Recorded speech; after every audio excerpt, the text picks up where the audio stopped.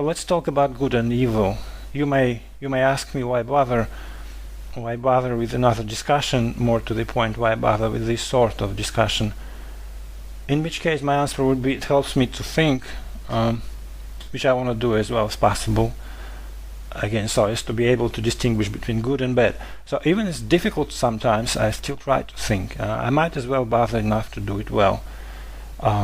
You briefly mentioned the concepts of good and bad the other day, that they may be hardwired into the brain at birth, not that it contradicts the thought that we are born tabula rasa, and that made me think of these two words, good and bad, which are supposed to be the opposite of each other. And knowing what you know about both, how do you think it all works? Okay, well, all of the various religious and spiritual traditions have creation stories, like how did we come to be who we are? And many of these various creation stories talk about an original garden, an original goodness, an original wholeness. But in Judeo-Christian culture and art and music and all that sort of stuff, the idea of evil, where does evil come from?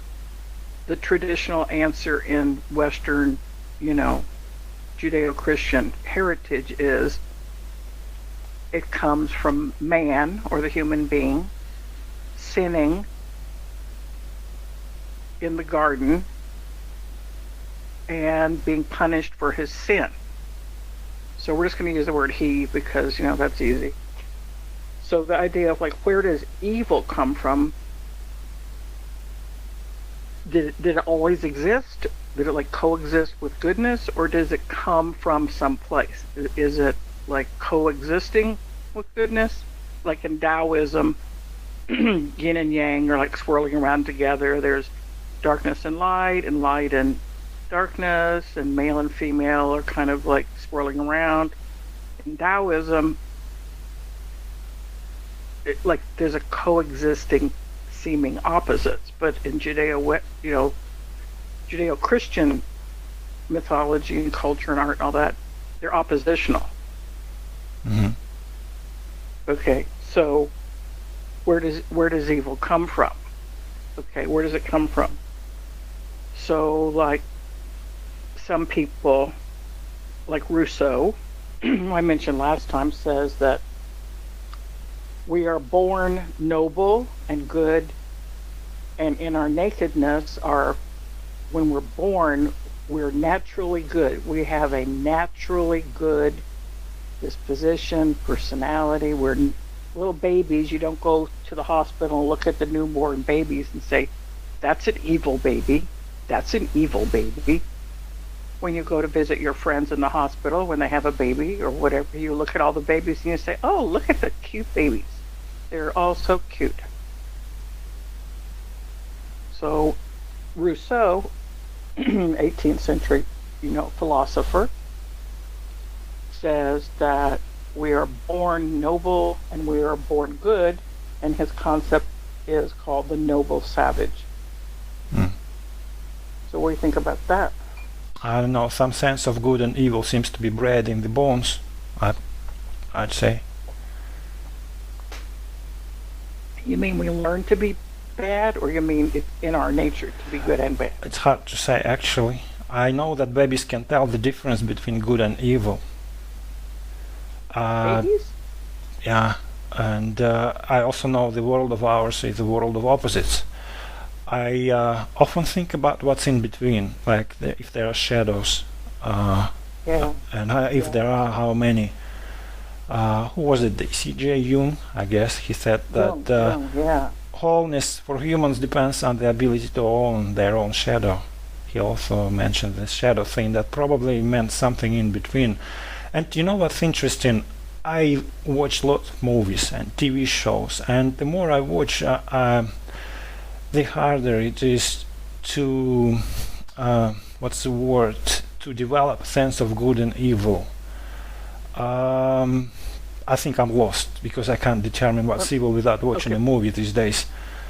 What you mean is, when you say you're lost, you mean you don't know how to operate in your world, or you don't know intellectually what is good and evil? I understand that there is not such a clear distinction as I am accustomed to, because you are good person, you're a good person, but you also have a shadow or have a dark side, right? And we are all like that. And but I've never been taught this kind of stuff. Okay, well, so Jung studied in Zurich, and when I lived in Houston, I had the wonderful opportunity to do some teaching at the Jung Institute in Houston, and I taught some literature classes like Aeneas Nin and some of we read the letters of Jung, so I did sort of like a literature thing there. But Jung is kind of like the next generation after Freud. So like we've got Freud there's the id, that's the naturally born instinctive self. The little baby doesn't think like, do I want this breast? Do I want this breast? The baby just needs milk. The baby doesn't think like, I wonder if I should go to the bathroom here or there. Like the baby is just driven by id, the instincts, the physical body. But slowly as the baby grows, you can't just do everything you want, so there becomes these rules of society we call superego. And those superego rules are taught to the baby by his parents, first of all, then by school. So the parents say, no, don't eat all the cookies. No, you have to go to you have to stop wearing your diaper. You have to go over here. Like, no, don't hit your brother. So the natural self wants to hit the brother. The natural self wants to just be wild and free and primitive. So Freud has the id, and then there's the superego. The superego gets introjected, like the words of the parents, don't do this, don't do that, all those no of society, gets introjected into the personality, and an ego forms. So the ego has to mediate the demands of the id with the rules of the superego. So there's tension there, and that creates anxiety. And so Freud had ladies lay on his couch and talk about their anxieties. But what Jung said was it's not just id, ego, superego. It's a lot more complicated. We have, like you said, our persona, which it's our face that we present to society, but then we have our shadow self, like you said. It's kind of a dark, mysterious side. Everybody's got the persona, and then they've got the shadow. Or is it all very clear now? Yeah, it's absolutely. I mean, it's a very deep topic, of course. But who said it? Fear not evil. Fear not evil, but rather the apathy of righteous men. I don't remember. Fear not evil, but the opposite. Rather the apathy of righteous men. Oh yeah, the righteous man. Like anybody who sets himself up as righteous is condemning others, and yeah, that guy's got the dark side. No. It went like fear not evil, but rather fear the apathy, which is probably the indifference of righteous men. So if righteous men do not act accordingly, the evil prevail. I don't know who said that. Maybe it's a religious line. Maybe. Also, lots of evil links to money. Like forget like the root of all evil. Also, I'm not sure that is exactly what. Money is the root of all evil. No, not the money. Probably love of money is the root of all evil. Greed. Mm-hmm. Okay. Well, if you think about in the Judeo-Christian system, there are there's classification of sin. So there's the 7 deadly sins. So if you do those things, you're going to hell. So there's major sins and minor sins, but the biggest sin of all is pride, putting yourself before God. So going back to the idea of original goodness in the garden, if we're born naturally good, naturally free, naturally happy, where does evil come from? It comes from all these restrictions and rules that somehow repress and frustrate the natural man. Like in Victorian society in London, the ladies wore long dresses and they wore gloves on their hands, or like, in the Anna Karenina of Tolstoy's time, all of that is very prim and proper ladies.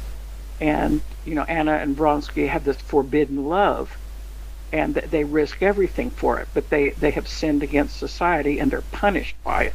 He loses all kinds of stuff, she loses all kinds of stuff. But the idea of the prim and proper gentleman, the proper lady, is a construct of society. Like, no one wants to wear gloves. Do you want to wear gloves? I mean, it's cold maybe in winter, but believe me, no women naturally want to wear gloves. And let me stop you right here and let's discuss Okay. Tolstoy next time. Okay. Because the time is up.